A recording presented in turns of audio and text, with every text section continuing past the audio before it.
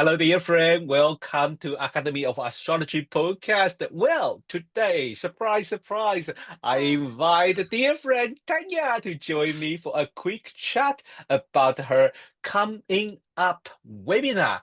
Let me learn how to say that. Octatopus, something like that.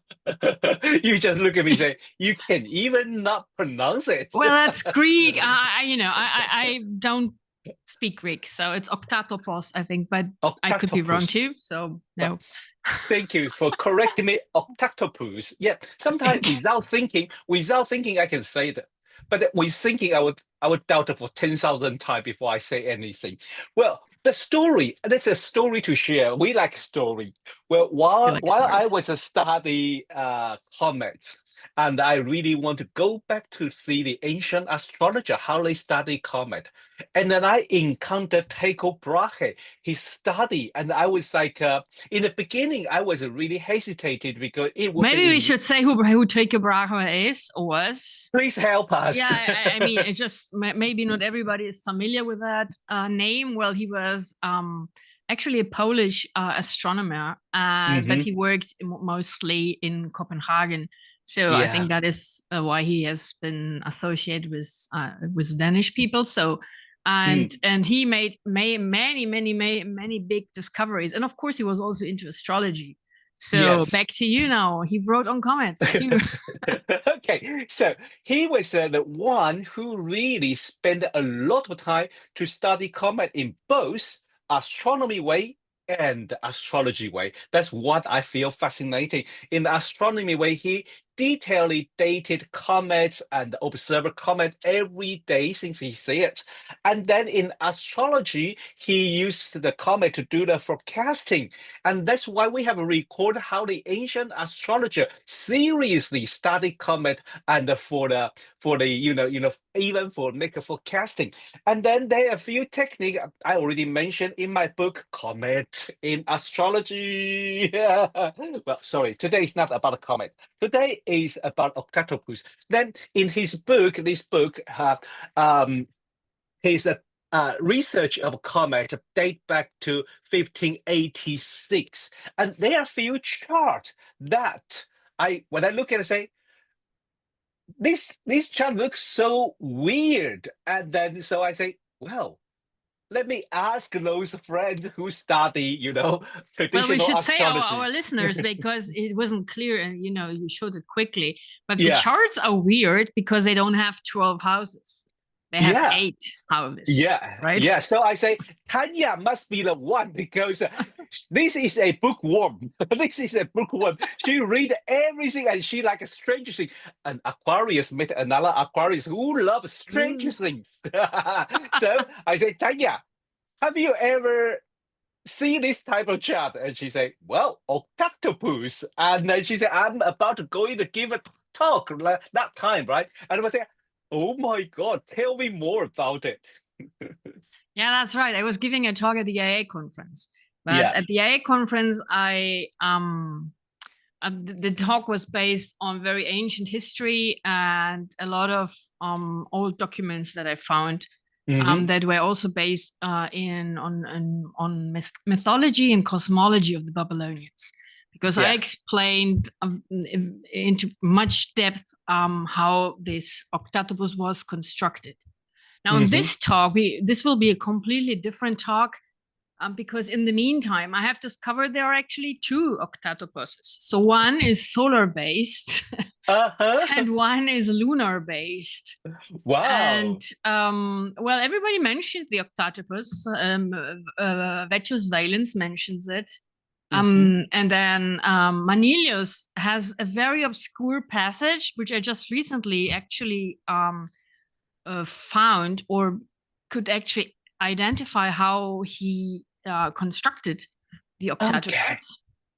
And he has names for each of those houses. Oh, really? So I will show this. And then Culpeper mentions, not, well, he mentioned the octatopus and he says that it is actually from Galen's, Hmm. well, the Greek physician, right? The big doctor who Yes. introduced to our to our world, basically the theory of humors. So, and he Yes. said Galen's used this Octatopos for decumbitures, which are, Mm-hmm. of course, the charts that we draw when somebody gets the first time to a doctor, or when somebody is so ill that he or she will stay in bed. Basically, that's a Yeah. decumbiture chart. So, and looking at the decumbiture chart, one sees what is happening. If this is a chronic illness or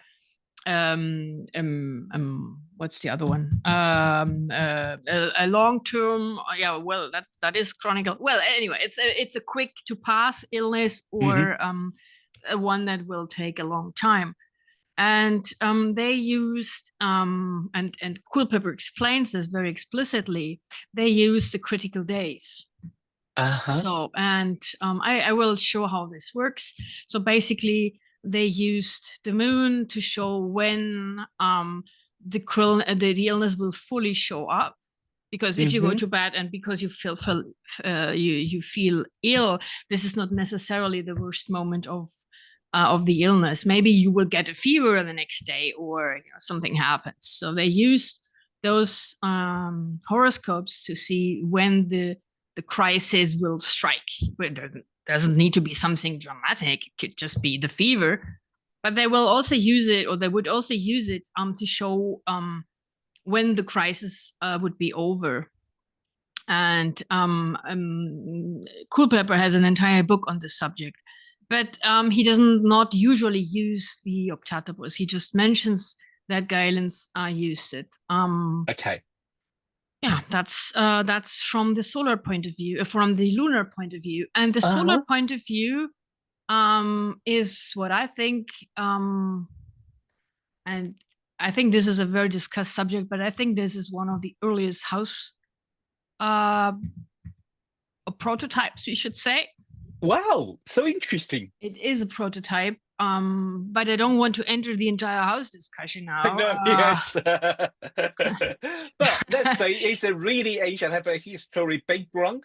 And Yeah. also I think it from even I think the Vela mentioned it, and then Manilius, and then you say Galen also, and we have evidence, totally evidence from the book. I use the Tycho Brahe's that he was really showing the chart, and you even tried kind of help me translating Latin to English. I was like, oh my God, so precious. Someone Look, help what me I to did translate. yesterday, it was actually very funny. I took the Yeah, page that you sent me last yeah, year yeah, and I asked ChatGPT to translate it to Latin to English. yeah. And I know Latin. I'm not an Yes, expert, of but course. Yeah, I can translate it roughly.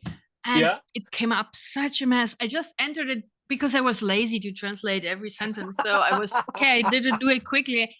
Yeah, don't. It was really funny. I mean, it got wrong everything that it could possibly get wrong. So don't. But Yeah. but interesting. If we read the Enuma Elish, which is Hmm. a Babylonian epic, which is actually not Yes, Babylonian, it is actually the origin is in Sumerian a times. Sumerian. Okay. But well, it talks about the three paths of Yes, Anu, Enuma, and Elil, the three Ellie. main goddess, the three main gods, and this is actually the base of or the foundation of the Octatopos, and I will explain how this works. It is all based on the astronomy. It's not in this in under this perspective. It is different from the actual what we call domifications, Hmm. which divide the sky in a different way. Hmm. The original Octatopus is just based on, but I shouldn't reveal everything.